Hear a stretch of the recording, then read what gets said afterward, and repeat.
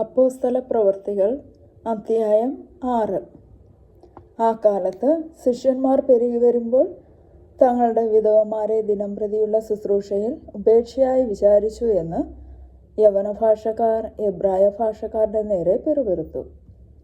12 ശിഷ്യന്മാരുടെ കൂട്ടത്തെ വിളിച്ചു വരുത്തി, ഞങ്ങൾ ദൈവവചനം ഉപേക്ഷിച്ച് മേശകളിൽ ശുശ്രൂഷ ചെയ്യുന്നത് യോഗ്യമല്ല. ആകയാൽ സഹോദരന്മാരെ, ആത്മാവും ജ്ഞാനവും നിറഞ്ഞ് നല്ല സാക്ഷ്യമുള്ള 7 പുരുഷന്മാരെ നിങ്ങളിൽ തന്നെ തിരഞ്ഞുകൊള്ളുവിൻ. അവരെ ഈ വേലയ്ക്ക് ആക്കാം. ഞങ്ങളോ പ്രാർത്ഥനയിലും വചന ശുശ്രൂഷയിലും ഉറ്റിരിക്കും എന്ന് പറഞ്ഞു. ഈ വാക്ക് കൂട്ടത്തിനൊക്കെയും ബോധ്യമായി. വിശ്വാസവും പരിശുദ്ധാത്മാവും നിറഞ്ഞ പുരുഷനായ സ്തെഫാനോസ്, ഫിലിപ്പോസ്, പ്രഖ്യോരോസ്, നിക്കാനോർ, തിമോൻ, പർമേനാസ്, യഹൂദ മതാനുസാരിയായ അന്ത്യോക്യക്കാരൻ നിക്കോലാവോസ് എന്നിവരെ തിരഞ്ഞെടുത്തു. അപ്പോസ്തലന്മാരുടെ മുമ്പാകെ നിർത്തി. അവർ പ്രാർത്ഥിച്ച് അവരുടെ മേൽ കൈവച്ചു. ദൈവവചനം പരന്നു. യെരുശലേമിൽ ശിഷ്യന്മാരുടെ എണ്ണം ഏറ്റവും പെരുകി. പുരോഹിതന്മാരിലും വലിയൊരു കൂട്ടം വിശ്വാസത്തിന് അധീനരായി തീർന്നു. അനന്തരം സ്തെഫാനോസ് കൃപയും ശക്തിയും നിറഞ്ഞവനായി ജനത്തിൽ വലിയ അത്ഭുതങ്ങളും അടയാളങ്ങളും ചെയ്തു. ലിബർത്തീനർ എന്നു പേരുള്ള പള്ളിക്കാരിലും കുറേനക്കാരിലും അലക്സാന്ദ്രിയക്കാരിലും കിലിക്യ, ആസിയ എന്ന ദേശക്കാരിലും ചിലർ എഴുന്നേറ്റ് സ്തെഫാനോസിനോട് തർക്കിച്ചു. എന്നാൽ അവൻ സംസാരിച്ച ജ്ഞാനത്തോടും ആത്മാവോടും എതിർത്ത് നിൽപ്പാൻ അവർക്ക് കഴിഞ്ഞില്ല. അപ്പോൾ അവർ ചില പുരുഷന്മാരെ വശത്താക്കി, ഇവൻ മോശയ്ക്കും ദൈവത്തിനും വിരോധമായി ദൂഷണം പറയുന്നത് ഞങ്ങൾ കേട്ടു എന്ന് പറയിച്ചു. ജനത്തെയും മൂപ്പന്മാരെയും ശാസ്ത്രിമാരെയും ഇളക്കി അവൻ്റെ നേരെ ചെന്നു അവനെ പിടിച്ച് ന്യായാധിപ സംഘത്തിൽ കൊണ്ടുപോയി കള്ളസാക്ഷികളെ നിർത്തി, ഈ മനുഷ്യൻ വിശുദ്ധ സ്ഥലത്തിനും ന്യായപ്രമാണത്തിനും വിരോധമായി ഇടവിടാതെ സംസാരിച്ചു വരുന്നു. ആ നസറേയനായ യേശു ഈ സ്ഥലം നശിപ്പിച്ചു മോശ നമുക്ക് ഏൽപ്പിച്ച മര്യാദകളെ മാറ്റിക്കളയും എന്ന് അവൻ പറയുന്നത് ഞങ്ങൾ കേട്ടു എന്ന് പറയിച്ചു. ന്യായാധിപ സംഘത്തിൽ ഇരുന്നവർ എല്ലാവരും അവനെ ഉറ്റുനോക്കി അവൻ്റെ മുഖം ഒരു ദൈവദൂതൻ്റെ മുഖം പോലെ കണ്ടു. അധ്യായം 7. ഇത് ഉള്ളത് തന്നെയോ എന്ന് മഹാപുരോഹിതൻ ചോദിച്ചതിന് അവൻ പറഞ്ഞത്, സഹോദരന്മാരും പിതാക്കന്മാരുമായ പുരുഷന്മാരെ കേൾപ്പിൻ. നമ്മുടെ പിതാവായ അബ്രഹാം ഹാരാനിൽ വന്ന് പാർക്കും മുമ്പേ മെസൊപ്പൊത്താമിയയിൽ ഇരിക്കുമ്പോൾ തന്നെ തേജോമയനായ ദൈവം അവന് പ്രത്യക്ഷനായി, നിന്റെ ദേശത്തെയും നിന്റെ ചാർച്ചക്കാരെയും വിട്ട് ഞാൻ നിനക്ക് കാണിച്ചു തരുന്ന ദേശത്തിലേക്ക് ചെല്ലുക എന്ന് പറഞ്ഞു. അങ്ങനെ അവൻ കൽദയരുടെ ദേശം വിട്ട് ഹാരാനിൽ വന്ന് പാർത്തു. അവൻ്റെ അപ്പൻ മരിച്ച ശേഷം ദൈവം അവനെ അവിടെ നിന്ന് നിങ്ങളിപ്പോൾ പാർക്കുന്ന ഈ ദേശത്തിൽ കൊണ്ടുവന്ന് പാർപ്പിച്ചു. അവന് അതിൽ ഒരു കാലടി നിലം പോലും അവകാശം കൊടുത്തില്ല. അവന് സന്തതിയില്ലാതിരിക്കെ അവനും അവൻ്റെ ശേഷം അവൻ്റെ സന്തതിക്കും അതിനെ കൈവശമായി നൽകുമെന്ന് അവനോട് വാഗ്ദത്തം ചെയ്തു. അവൻ്റെ സന്തതി അന്യദേശത്ത് ചെന്ന് പാർക്കും. ആ ദേശക്കാർ അവരെ അടിമയാക്കി 400 സംവത്സരം പീഡിപ്പിക്കും എന്ന് ദൈവം കൽപ്പിച്ചു. അവർ സേവിക്കുന്ന ജാതിയെ ഞാൻ ന്യായം വിധിക്കും. അതിൻ്റെ ശേഷം അവർ പുറപ്പെട്ടു വന്ന് ഈ സ്ഥലത്ത് എന്നെ സേവിക്കും എന്ന് ദൈവം അരുളി ചെയ്തു. പിന്നെ അവന് പരിച്ഛേദന എന്ന നിയമം കൊടുത്തു. അങ്ങനെ അവൻ ഇസഹാക്കിനെ ജനിപ്പിച്ചു. 8-ാം നാൾ പരിച്ഛേദന ചെയ്തു. ഇസഹാക്ക് യാക്കോബിനെയും യാക്കോബ് 12 ഗോത്രപിതാക്കന്മാരെയും ജനിപ്പിച്ചു. ഗോത്രപിതാക്കന്മാർ യോസെഫിനോട് അസൂയപ്പെട്ട് അവനെ മിസ്രൈമിലേക്ക് വിറ്റുകളഞ്ഞു. എന്നാൽ ദൈവം അവനോട് കൂടെ ഇരുന്ന് സകല സങ്കടങ്ങളിൽ നിന്നും അവനെ വിടുവിച്ച് മിസ്രൈം രാജാവായ ഫറവോന്റെ മുമ്പാകെ അവന് കൃപയും ജ്ഞാനവും കൊടുത്തു. അവൻ അവനെ മിസ്രൈമിനും തൻ്റെ സർവഗ്രഹത്തിനും അധിപതിയാക്കി വെച്ചു. മിസ്രൈം ദേശത്തിലും കനാനിലും എല്ലാം ക്ഷാമവും മഹാകഷ്ടവും വന്നാറെ നമ്മുടെ പിതാക്കന്മാർക്ക് ആഹാരം കിട്ടാതെയായി. മിസ്രൈമിൽ ധാന്യമുണ്ട് എന്ന് കേട്ടിട്ട് യാക്കോബ് നമ്മുടെ പിതാക്കന്മാരെ 1-ാം പ്രാവശ്യം അയച്ചു. 2-ാം പ്രാവശ്യം യോസെഫ് തൻ്റെ സഹോദരന്മാരോട് തന്നെത്താൻ അറിയിച്ചു. യോസെഫിൻ്റെ വംശം ഫറവോന് വെളിവായി വന്നു. യോസെഫ് ആളയച്ച് തൻ്റെ പിതാവായ യാക്കോബിനെയും കുടുംബത്തെയും ഒക്കെയും വരുത്തി. അവർ ആകെ 75 പേരായിരുന്നു. യാക്കോബ് മിസ്രൈമിലേക്ക് പോയി. അവനും നമ്മുടെ പിതാക്കന്മാരും മരിച്ചു. അവരെ ശേഖേമിൽ കൊണ്ടുവന്ന് ശേഖേമിൽ എമ്മോരിൻ്റെ മക്കളോട് അബ്രഹാം വില കൊടുത്ത് വാങ്ങിയ കല്ലറയിൽ അടക്കം ചെയ്തു. ദൈവം അബ്രഹാമിനോട് അരുളി ചെയ്ത വാഗ്ദത്ത കാലം അടുത്തപ്പോൾ ജനം മിസ്രൈമിൽ വർദ്ധിച്ച് പെരുകി. ഒടുവിൽ യോസഫിനെ അറിയാത്ത വേറൊരു രാജാവ് മിസ്രൈമിൽ വാണു. അവൻ നമ്മുടെ വംശത്തോട് ഉപായം പ്രയോഗിച്ചു, നമ്മുടെ പിതാക്കന്മാരെ പീഡിപ്പിച്ചു. അവരുടെ ശിശുക്കൾ ജീവനോടെ ഇരിക്കരുത് എന്ന് വെച്ച് അവരെ പുറത്തിടുവിച്ചു. ആ കാലത്ത് മോശ ജനിച്ചു ദിവ്യസുന്ദരനായിരുന്നു. അവനെ 3 മാസം അപ്പൻ്റെ വീട്ടിൽ പോറ്റി. പിന്നെ അവനെ പുറത്തിട്ടപ്പോൾ ഫറവോൻ്റെ മകൾ അവനെ എടുത്ത് തൻ്റെ മകനായി വളർത്തി. മോശ മിസ്രൈമ്യരുടെ സകല ജ്ഞാനവും അഭ്യസിച്ചു, വാക്കിലും പ്രവൃത്തിയിലും സമർത്ഥനായി തീർന്നു. അവന് 40 വയസ്സ് തികയാറായപ്പോൾ ഇസ്രായേൽ മക്കളായ തൻ്റെ സഹോദരന്മാരെ ചെന്ന് കാണണം എന്ന് മനസ്സിൽ തോന്നി. അവരിൽ ഒരുത്തൻ അന്യായം ഏൽക്കുന്നത് കണ്ടിട്ട് അവന് തുണ നിന്നു. മിസ്രൈമിനെ അടിച്ചു കൊന്നു, പീഡിതന് വേണ്ടി പ്രതിക്രിയ ചെയ്തു. ദൈവം താൻ മുഖാന്തരം അവർക്ക് രക്ഷ നൽകുമെന്ന് സഹോദരന്മാർ ഗ്രഹിക്കും എന്ന് അവൻ നിരൂപിച്ചു. എങ്കിലും അവർ ഗ്രഹിച്ചില്ല. പിറ്റന്നാൾ അവർ കലഹിച്ചു കൊണ്ടിരിക്കുമ്പോൾ അവൻ അവരുടെ അടുക്കൽ വന്നു, പുരുഷന്മാരെ, നിങ്ങൾ സഹോദരന്മാരല്ലോ, തമ്മിൽ അന്യായം ചെയ്യുന്നത് എന്ത് എന്ന് പറഞ്ഞ് അവരെ സമാധാനപ്പെടുത്തുവാൻ നോക്കി. എന്നാൽ കൂട്ടുകാരനോട് അന്യായം ചെയ്യുന്നവൻ അവനെ ഉന്തിക്കളഞ്ഞു. നിന്നെ ഞങ്ങൾക്ക് അധികാരിയും ന്യായകർത്താവും ആക്കിയത് ആർ? ഇന്നലെ മിസ്രൈമിനെ കൊന്നതുപോലെ എന്നെയും കൊല്ലുവാൻ ഭാവിക്കുന്നുവോ എന്ന് പറഞ്ഞു. ഈ വാക്ക് കേട്ടിട്ട് മോശ ഓടിപ്പോയി മിദ്യാൻ ദേശത്ത് ചെന്ന് പാർത്തു. അവിടെ 2 പുത്രന്മാരെ ജനിപ്പിച്ചു. 40 ആണ്ട് കഴിഞ്ഞപ്പോൾ സീനായ് മലയുടെ മരുഭൂമിയിൽ ഒരു ദൈവദൂതൻ മുൾപടർപ്പിലെ അഗ്നിജ്വാലയിൽ അവന് പ്രത്യക്ഷനായി. മോശ ആ ദർശനം കണ്ട് ആശ്ചര്യപ്പെട്ടു.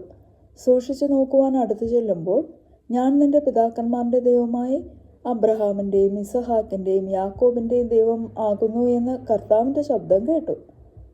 മോശ വിറച്ചിട്ട് നോക്കുവാൻ തുനിഞ്ഞില്ല. കർത്താവ് അവനോട്, നീ നിൽക്കുന്ന സ്ഥലം വിശുദ്ധ ഭൂമിയാകയാൽ കാലിൽ നിന്ന് ചെരുപ്പ് ഊരിക്കളക. മിസ്രൈമിൽ എൻ്റെ ജനത്തിൻ്റെ പീഡ ഞാൻ കണ്ടു. അവരുടെ ഞരക്കവും കേട്ടു. അവരെ വിടുവിപ്പാൻ ഇറങ്ങി വന്നിരിക്കുന്നു. ഇപ്പോൾ വരിക, ഞാൻ നിന്നെ മിസ്രൈമിലേക്ക് അയക്കും എന്ന് പറഞ്ഞു.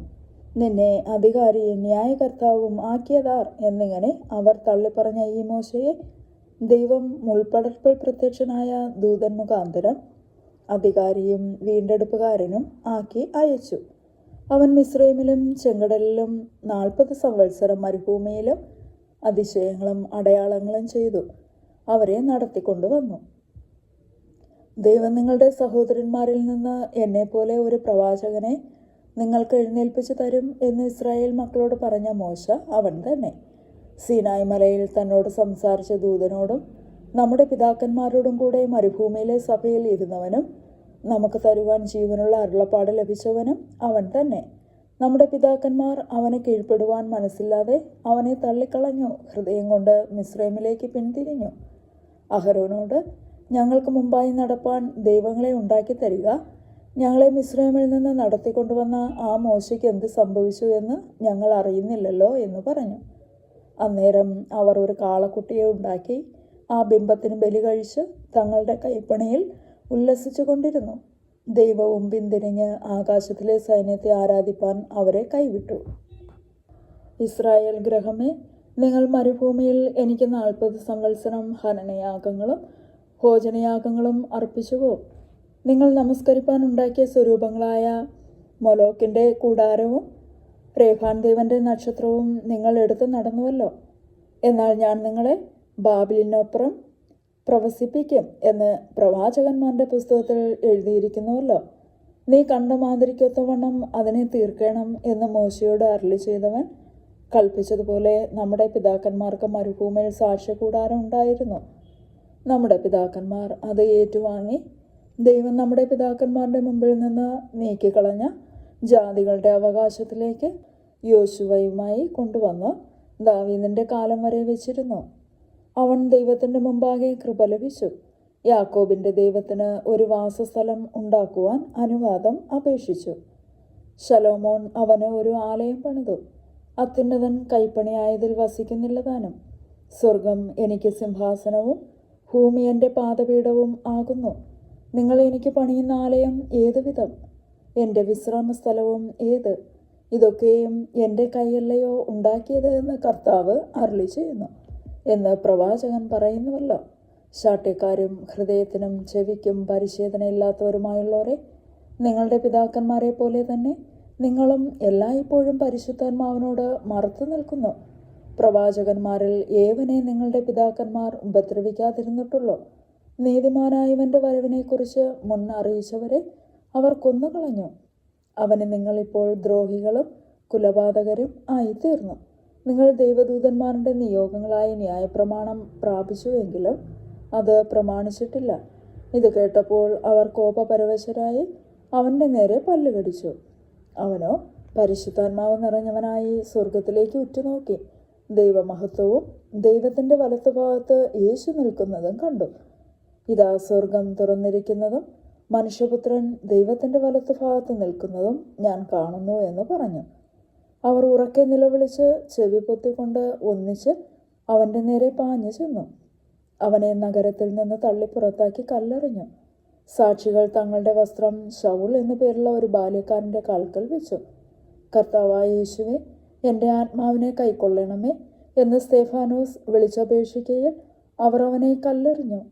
അവനോ മുട്ടുകുത്തി, കർത്താവേ, അവർക്ക് ഈ പാപം നിർത്തരുതേ എന്ന് ഉച്ചത്തിൽ നിലവിളിച്ചു. ഇത് പറഞ്ഞിട്ട് അവൻ നിദ്ര പ്രാപിച്ചു. അധ്യായം 8. അവനെ കുല ചെയ്തത് ശൗലിന് സമ്മതമായിരുന്നു. അന്ന് യെരൂശലേമിലെ സഭയ്ക്ക് ഒരു വലിയ ഉപദ്രവം നേരിട്ടു. അപ്പോസ്തലന്മാർ ഒഴികെ എല്ലാവരും യഹൂദ്യ ശമര്യ ദേശങ്ങളിൽ ചിതറിപ്പോയി. ഭക്തിയുള്ള പുരുഷന്മാർ സ്തെഫാനോസിനെ അടക്കം ചെയ്തു. അവനെക്കുറിച്ച് വലിയൊരു പ്രലാപം കഴിച്ചു.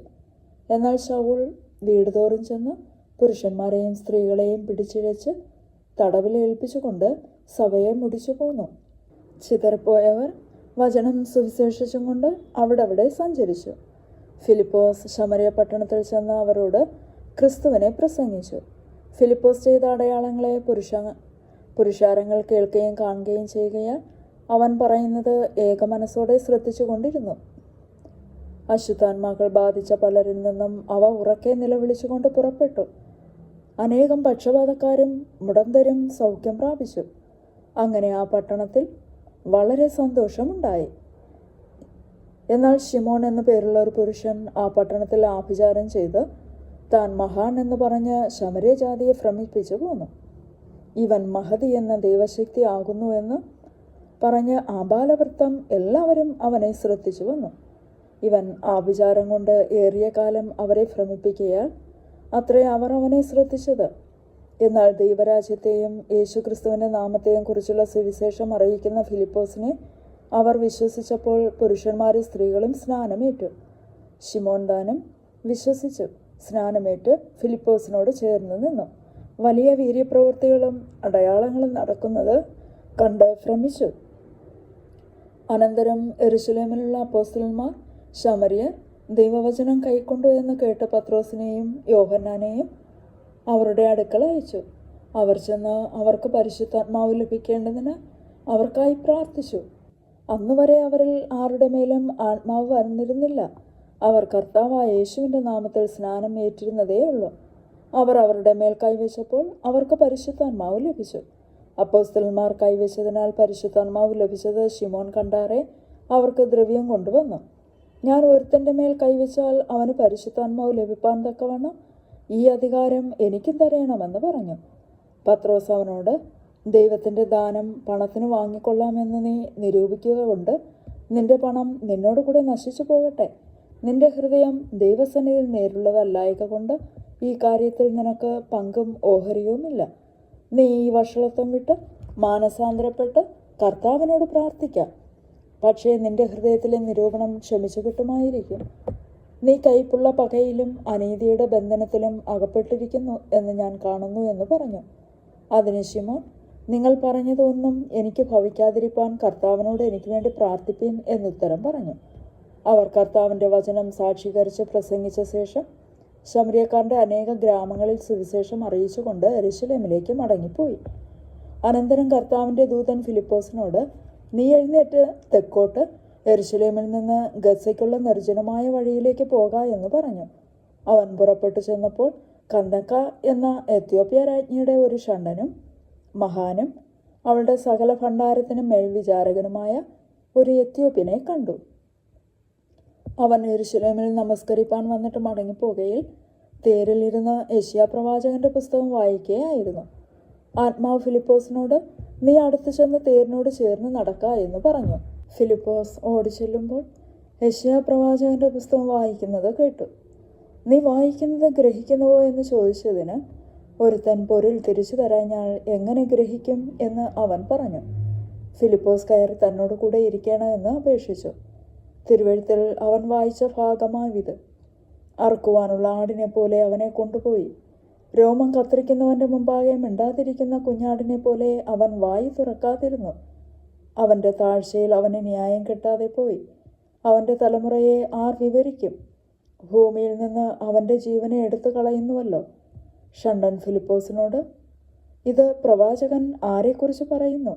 തന്നെക്കുറിച്ചോ മറ്റൊരുത്തനെക്കുറിച്ചോ എന്ന് പറഞ്ഞു തരയണം എന്ന് അപേക്ഷിച്ചു.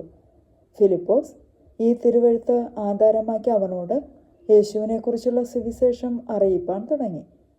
അവർ ഇങ്ങനെ വഴിപോകയിൽ വെള്ളമുള്ള ഒരു സ്ഥലത്ത് എത്തിയപ്പോൾ ഷണ്ഡൻ, ഇതാ വെള്ളം, ഞാൻ സ്നാനമേൽക്കുന്നതിന് എന്ത് വിരോധം എന്ന് പറഞ്ഞു. അതിന് ഫിലിപ്പോസ്, നീ പൂർണ്ണ ഹൃദയത്തോടെ വിശ്വസിക്കുന്നുവെങ്കിൽ ആകാം എന്ന് പറഞ്ഞു. യേശുക്രിസ്തു ദൈവപുത്രൻ എന്ന് ഞാൻ വിശ്വസിക്കുന്നു എന്ന് അവൻ ഉത്തരം പറഞ്ഞു. അങ്ങനെ അവൻ തേർ നിർത്തുവാൻ കൽപ്പിച്ചു. ഫിലിപ്പോസും ഷണ്ഡനും ഇരുവരും വെള്ളത്തിൽ ഇറങ്ങി അവനെ സ്നാനം കഴിപ്പിച്ചു. അവർ വെള്ളത്തിൽ നിന്ന് കയറിയപ്പോൾ കർത്താവിൻ്റെ ആത്മാവ് ഫിലിപ്പോസിനെ എടുത്തുകൊണ്ടുപോയി. ഷണ്ഡൻ അവനെ പിന്നെ കണ്ടില്ല. അവൻ സന്തോഷം കൊണ്ട് തൻ്റെ വഴിക്ക് പോയി. ഫിലിപ്പോസിനെ പിന്നെ അസ്തോദിൽ കണ്ടു. അവൻ സഞ്ചരിച്ച് എല്ലാ പട്ടണങ്ങളിലും സുവിശേഷം അറിയിച്ചുകൊണ്ട് കൈസരിയയിൽ എത്തി. അധ്യായം 9. ശൗൽ കർത്താവിൻ്റെ ശിഷ്യന്മാരുടെ നേരെ ഭീഷണിയും കുലയും നിശ്വസിച്ചുകൊണ്ട് മഹാപുരോഹിതന്റെ അടുക്കൽ ചെന്ന്, ദമസ്കോസിൽ ഈ മാർഗക്കാരായ വല്ല പുരുഷന്മാരെയോ സ്ത്രീകളെയോ കണ്ടാൽ അവരെ പിടിച്ചുകെട്ടി യെരുശലേമിലേക്ക് കൊണ്ടുവരുവാൻ തക്കവണ്ണം അവിടുത്തെ പള്ളികൾക്ക് അവനോട് അധികാരപത്രം വാങ്ങി. അവൻ പ്രയാണം ചെയ്ത് ദമസ്കോസിനെ സമീപിച്ചപ്പോൾ പെട്ടെന്ന് ആകാശത്തു നിന്ന് ഒരു വെളിച്ചം അവൻ്റെ ചുറ്റും മിന്നി. അവൻ നിലത്ത് വീണു. ശൗലേ, ശൗലേ, നീ എന്നെ ഉപദ്രവിക്കുന്നത് എന്തെന്ന് തന്നോട് പറയുന്ന ഒരു ശബ്ദം കേട്ടു. നീ ആരാകുന്നു കർത്താവേ എന്ന് അവൻ ചോദിച്ചതിന്, നീ ഉപദ്രവിക്കുന്ന യേശു ആകുന്നു ഞാൻ. നീ എഴുന്നേറ്റ് പട്ടണത്തിൽ ചെല്ലുക. നീ ചെയ്യേണ്ടുന്നത് അവിടെ വെച്ച് നിന്നോട് പറയും എന്ന് അവൻ പറഞ്ഞു. അവനോട് കൂടെ പ്രയാണം ചെയ്ത പുരുഷന്മാർ ശബ്ദം കേട്ടുവെങ്കിലും ആരെയും കാണാതെ മരവിച്ചു നിന്നു.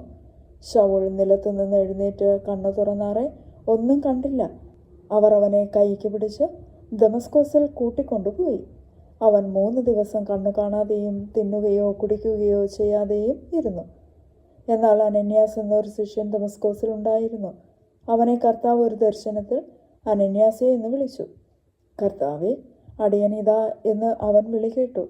കർത്താവ് അവനോട്, നീ എഴുന്നേറ്റ് നീർവേദി എന്ന തെരുവിൽ ചെന്ന് യൂദയുടെ വീട്ടിൽ തർശോസുകാരനായ ശൗൽ എന്ന പേരുള്ളവനെ അന്വേഷിക്ക. അവൻ പ്രാർത്ഥിക്കുന്നു. അനന്യാസ് എന്നൊരു പുരുഷൻ അകത്തു വന്ന് താൻ കാഴ്ച പ്രാപിക്കേണ്ടതിന് തൻ്റെ മേൽ കൈവെക്കുന്നത് അവൻ കണ്ടിരിക്കുന്നു എന്ന് കൽപ്പിച്ചു.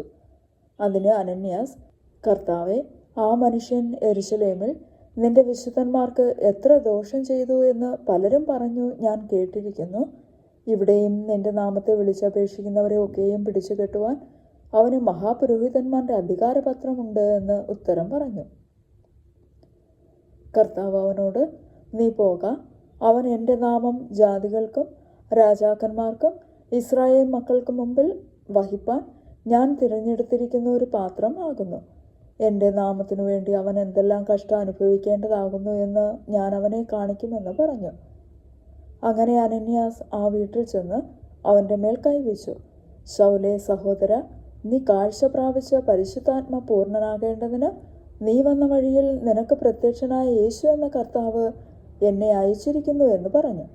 ഉടനെ അവൻ്റെ കണ്ണിൽ നിന്ന് ചെതുമ്പൽ പോലെ വീണു. കാഴ്ച ലഭിച്ചു. അവൻ എഴുന്നേറ്റ് സ്നാനമേൽക്കുകയും ആഹാരം കൈക്കൊണ്ട് ബലം പ്രാപിക്കുകയും ചെയ്തു. അവൻ ദമസ്കോസിലുള്ള ശിഷ്യന്മാരുടെ കൂടെ കുറേ നാൾ പാർത്തു.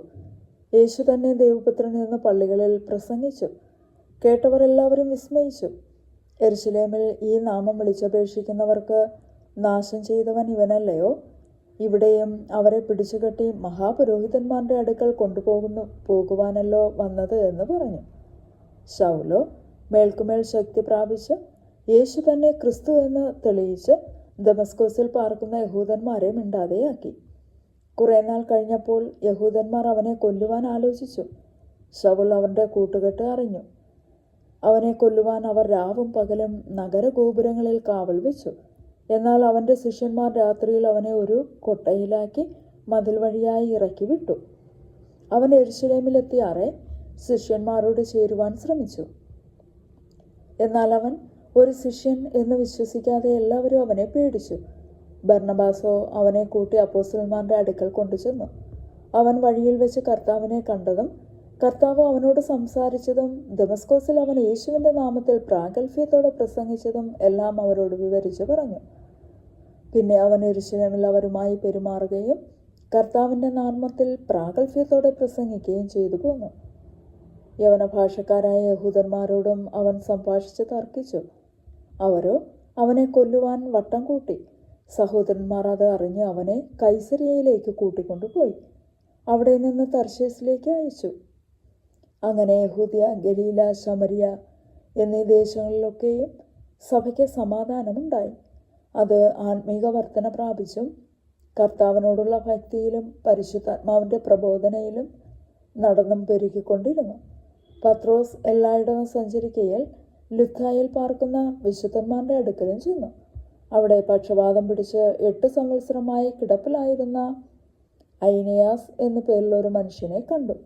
പത്രോസ് അവനോട്, ഐനിയാസെ, യേശുക്രിസ്തു നിന്നെ സൗഖ്യമാക്കുന്നു, എഴുന്നേറ്റ് താനായി തന്നെ കിടക്ക വിരിച്ചു കൊള്ളുക എന്ന് പറഞ്ഞു. ഉടനെ അവൻ എഴുന്നേറ്റു. ലുദ്ധായിലും ശാരോനിലും പാർക്കുന്നവരെല്ലാവരും അവനെ കണ്ട് കർത്താവിങ്കിലേക്ക് തിരിഞ്ഞു.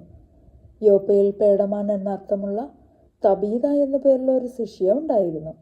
അവൾ വളരെ സൽപ്രവൃത്തികളും ധർമ്മങ്ങളും ചെയ്തു പോന്നവളായിരുന്നു. ആ കാലത്ത് അവൾ ദീനം പിടിച്ച് മരിച്ചു. അവർ അവളെ കുളിപ്പിച്ച് ഒരു മാളിക മുറിയിൽ കിടത്തി. ലുദ്ദ യോപ്പയ്ക്ക് സമീപമാകയാൽ പത്രോസ് അവിടെ ഉണ്ടെന്ന് ശിഷ്യന്മാർ കേട്ടു. നീ താമസിയാതെ ഞങ്ങളുടെ അടുക്കലോളം വരണം എന്ന് അപേക്ഷിപ്പാൻ 2 ആളെ അവൻ്റെ അടുക്കൽ അയച്ചു. പത്രോസ് എഴുന്നേറ്റ് അവരോട് കൂടെ ചെന്നു. എത്തിയപ്പോൾ അവർ അവനെ മാളിക മുറിയിൽ കൊണ്ടുപോയി.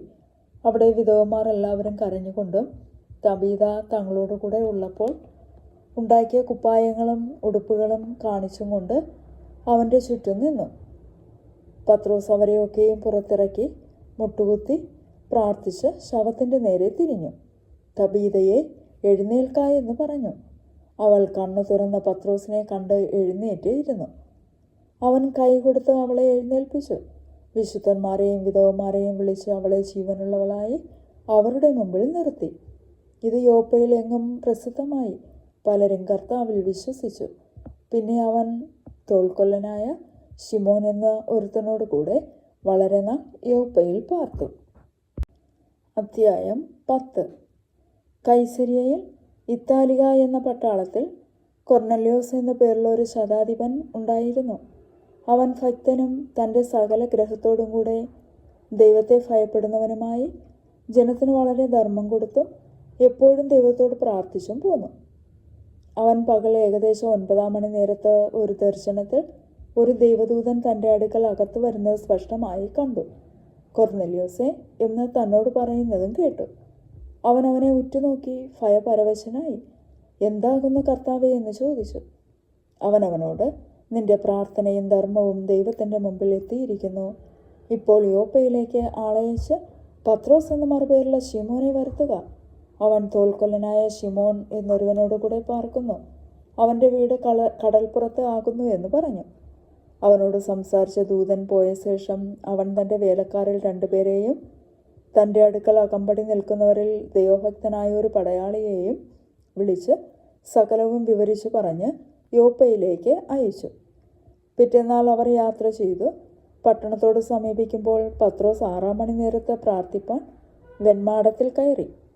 അവൻ വളരെ വിശന്നിട്ട് ഭക്ഷിപ്പാൻ ആഗ്രഹിച്ചു. അവർ ഒരുക്കുമ്പോഴേക്ക് അവന് ഒരു വിവശത വന്നു. ആകാശം തുറന്നിരിക്കുന്നതും വലിയൊരു തുപ്പട്ടി പോലെ 4 കോണും കെട്ടിയിട്ട് ഭൂമിയിലേക്ക് ഇറക്കി വിട്ട ഒരു പാത്രം വരുന്നതും അവൻ കണ്ടു. അതിൽ ഭൂമിയിലെ സകലവിധ നാൽക്കാലിയും ഇഴജാതിയും ആകാശത്തിലെ പറവയും ഉണ്ടായിരുന്നു. പത്രോസെ, എഴുന്നേറ്റ് അറുത്ത് തിന്നുക എന്ന ഒരു ശബ്ദമുണ്ടായി.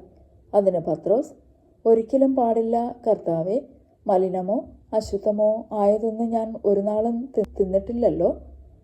ആ ശബ്ദം 2ാം പ്രാവശ്യം അവനോട്, ദൈവം ശുദ്ധീകരിച്ചത് നീ മലിനമെന്ന് വിചാരിക്കരുത് എന്ന് പറഞ്ഞു.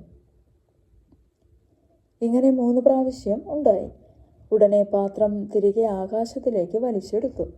ഈ കണ്ട ദർശനം എന്തായിരിക്കുമെന്ന് പത്രോസ് ഉള്ളിൽ സഞ്ചരിച്ചു കൊണ്ടിരിക്കുമ്പോൾ കൊർന്നല്യോസ് അയച്ച പുരുഷന്മാർ ശിമോന്റെ വീട് ചോദിച്ചുകൊണ്ട് പടിവാതിൽക്കൽ നിന്നു.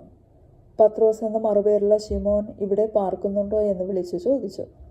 പത്രോസ് ദർശനത്തെക്കുറിച്ച് ചിന്തിച്ചു കൊണ്ടിരിക്കുമ്പോൾ ആത്മാവ് അവനോട്, 3 പുരുഷന്മാർ നിന്നെ അന്വേഷിക്കുന്നു. നീ എഴുന്നേറ്റ് ഇറങ്ങി ചെല്ലുക. ഞാൻ അവരെ അയച്ചതാകൊണ്ട് ഒന്നും സംശയിക്കാതെ അവരോട് കൂടെ പോക എന്ന് പറഞ്ഞു. പത്രോസ് ആ പുരുഷന്മാരുടെ അടുക്കൽ ഇറങ്ങിച്ചെന്നു, നിങ്ങൾ അന്വേഷിക്കുന്നവൻ ഞാൻ തന്നെ. നിങ്ങൾ വന്ന സംഗതി എന്ത് എന്ന് ചോദിച്ചു. അതിന് അവർ, നീതിമാനും ദൈവഭക്തനും യഹൂദന്മാരുടെ സകല ജാതിയാലും നല്ല സാക്ഷ്യം കൊണ്ടവനും ആയ കൊർന്നല്യോസ് എന്ന ശതാധിപന് നിന്നെ വീട്ടിൽ വരുത്തി നിന്റെ പ്രസംഗം കേൾക്കണം എന്ന് ഒരു വിശുദ്ധ ദൂതനാൽ അരുളപ്പാടുണ്ടായിരിക്കുന്നു എന്ന് പറഞ്ഞു. അവൻ അവരെ അകത്ത് വിളിച്ച് പാർപ്പിച്ചു. പിറ്റന്നാൾ എഴുന്നേറ്റ് അവരോട് കൂടെ പുറപ്പെട്ടു. യോപ്പയിലെ സഹോദരന്മാർ ചിലരും അവനോടുകൂടെ പോയി. പിറ്റന്നാൾ കൈസരിയയിൽ എത്തി. അവിടെ കൊർന്നല്യോസ് ചാർച്ചക്കാരെയും അടുത്ത സ്നേഹിതന്മാരെയും കൂട്ടിവരുത്തി അവർക്കായി കാത്തിരുന്നു. പത്രോസ് അകത്ത് കയറിയപ്പോൾ കൊർന്നല്യോസ് എതിരേറ്റ് അവൻ്റെ കാൽക്കൽ വീണ് നമസ്കരിച്ചു. പത്രോസോ, എഴുന്നേൽക്ക, ഞാനും ഒരു മനുഷ്യനത്രേ എന്ന് പറഞ്ഞ് അവനെ എഴുന്നേൽപ്പിച്ചു. അവനോട് സംഭാഷിച്ചും കൊണ്ട് അകത്ത് ചെന്നു. അനേകർ വന്നു കൂടിയിരിക്കുന്നത് കണ്ട് അവനോട്, അന്യജാതിക്കാരൻ്റെ അടുക്കൽ ചെല്ലുന്നതും അവനുമായി പെരുമാറ്റം ചെയ്യുന്നതും യഹൂദന് നിഷിദ്ധം എന്ന് നിങ്ങൾ അറിയുന്നുവല്ലോ. എങ്കിലും ഒരു മനുഷ്യനെയും മലിനനോ അശുദ്ധനോ എന്ന് പറയരുതെന്ന് ദൈവം എനിക്ക് കാണിച്ചു തന്നിരിക്കുന്നു. അതുകൊണ്ടാകുന്നു നിങ്ങൾ ആളയച്ചപ്പോൾ ഞാൻ എതിർ പറയാതെ വന്നത്. എന്നാൽ എന്നെ വിളിപ്പിച്ച സംഗതി എന്ത് എന്ന് അറിഞ്ഞാൽ കൊള്ളാം എന്ന് പറഞ്ഞു. അതിന് കൊർന്നല്യോസ്, 4 ഈ നേരത്ത് ഞാൻ വീട്ടിൽ 9 മണി നേരത്ത് പ്രാർത്ഥന കഴിച്ചുകൊണ്ടിരിക്കുമ്പോൾ ശുഭ്രവസ്ത്രം ധരിച്ച ഒരു പുരുഷൻ എൻ്റെ മുമ്പിൽ നിന്നു. കൊർന്നല്യോസെ, ദൈവം നിന്റെ പ്രാർത്ഥന കേട്ട് നിന്റെ ധർമ്മം ഓർത്തിരിക്കുന്നു. യോപ്പയിലേക്ക് ആളയച്ച് പത്രോസ് എന്ന് മറുപേരുള്ള ശിമോനെ വിളിപ്പിക്ക. അവൻ കടൽപ്പുറത്ത് തോൽക്കൊല്ലനായ ശിമോന്റെ വീട്ടിൽ പാർക്കുന്നു എന്ന് പറഞ്ഞു. ക്ഷണത്തിൽ ഞാൻ നിന്റെ അടുക്കൽ ആളയച്ചു. നീ വന്നത് ഉപകാരം. കർത്താവ് നിന്നോട് കൽപ്പിച്ചതൊക്കെയും കേൾപ്പാൻ ഞങ്ങൾ എല്ലാവരും ഇവിടെ ദൈവത്തിന് മുമ്പാകെ കൂടിയിരിക്കുന്നു എന്ന് പറഞ്ഞു. അപ്പോൾ പത്രോസ് വായി തുറന്ന് പറഞ്ഞു തുടങ്ങിയത്, ദൈവത്തിന് മുഖപക്ഷമില്ല എന്നും ഏതു ജാതിയിലും അവനെ ഭയപ്പെട്ട് നീതി പ്രവർത്തിക്കുന്നവനെ അവൻ അംഗീകരിക്കുന്നു എന്നും ഞാൻ ഇപ്പോൾ യഥാർത്ഥമായി ഗ്രഹിക്കുന്നു. അവൻ എല്ലാവരുടെയും കർത്താവായ യേശുക്രിസ്തു മൂലം സമാധാനം സുവിശേഷിച്ചുകൊണ്ട് ഇസ്രായേൽ മക്കൾക്ക് അയച്ച വചനം, യോഹന്നാൻ പ്രസംഗിച്ച സ്നാനത്തിൻ്റെ ശേഷം ഗലീലയിൽ തുടങ്ങി യഹൂദിയയിലൊക്കെയും ഉണ്ടായ വർത്തമാനം, നസറേനായ യേശുവിനെ ദൈവം പരിശുദ്ധാത്മാവിനാലും ശക്തിയാലും അഭിഷേകം ചെയ്തതും ദൈവം അവനോടുകൂടെ ഇരുന്നതുകൊണ്ട് അവൻ നന്മ ചെയ്തും പിശാച് ബാധിച്ചവരെയൊക്കെയും സൗഖ്യമാക്കിയും കൊണ്ട് സഞ്ചരിച്ചതുമായ വിവരം തന്നെ നിങ്ങൾ അറിയുന്നുവല്ലോ. യഹൂദിയ ദേശത്തിലും യെരുശലേമിലും അവൻ ചെയ്ത സകലത്തിനും ഞങ്ങൾ സാക്ഷികളാകുന്നു. അവനെ അവർ മരത്തിന്മേൽ തൂക്കിക്കൊന്നു. ദൈവം അവനെ 3-ാം നാൾ ഉയർത്തെഴുന്നേൽപ്പിച്ചു. സകല ജനത്തിനുമല്ല, ദൈവം മുമ്പുകൂട്ടി നിയമിച്ച സാക്ഷികളായി അവൻ മരിച്ചവരിൽ നിന്ന് ഉയർത്തെഴുന്നേറ്റ ശേഷം അവനോടുകൂടെ തിന്നു കുടിച്ചവരായ ഞങ്ങൾക്ക് തന്നെ പ്രത്യക്ഷനാക്കി തന്നു. ജീവികൾക്കും മരിച്ചവർക്കും ന്യായാധിപതിയായി ദൈവത്താൽ നിയമിക്കപ്പെട്ടവൻ അവൻ തന്നെ എന്ന ജനത്തോട് പ്രസംഗിച്ച് സാക്ഷീകരിപ്പാൻ അവൻ ഞങ്ങളോട് കൽപ്പിച്ചു, അവനിൽ വിശ്വസിക്കുന്ന ഏവനും അവൻ്റെ നാമമൂലം പാപമോചനം ലഭിക്കും എന്ന് സകല പ്രവാചകന്മാരും സാക്ഷ്യം പറയുന്നു. വാക്കുകളെ പത്രോസ് പ്രസ്താവിക്കുമ്പോൾ തന്നെ വചനം കേട്ട എല്ലാവരുടെ മേലും പരിശുദ്ധാത്മാവ് വന്നു. അവർ അന്യഭാഷകളിൽ സംസാരിക്കുന്നതും ദൈവത്തെ മഹത്വീകരിക്കുന്നതും കേൾക്കയാൽ പത്രോസിനോട് കൂടെ വന്ന പരിശീലനക്കാരായ വിശ്വാസികൾ പരിശുദ്ധാത്മാവ് എന്ന ദാനം ജാതികളുടെ മേലും പകർന്നത് കണ്ട് വിസ്മയിച്ചു. നമ്മെപ്പോലെ പരിശുദ്ധാത്മാവ് ലഭിച്ച ഇവരെ സ്നാനം കൽപ്പിച്ചു കൂടാതെ വണ്ണം വെള്ളം വിലക്കുവാൻ ആർക്ക് കഴിയുമെന്ന് പറഞ്ഞു. പത്രോസ് അവരെ യേശുക്രിസ്തുവിൻ്റെ നാമത്തിൽ സ്നാനം കഴിപ്പിപ്പാൻ കൽപ്പിച്ചു. അവൻ ചില ദിവസം അവിടെ താമസിക്കണമെന്ന് അവർ അപേക്ഷിച്ചു.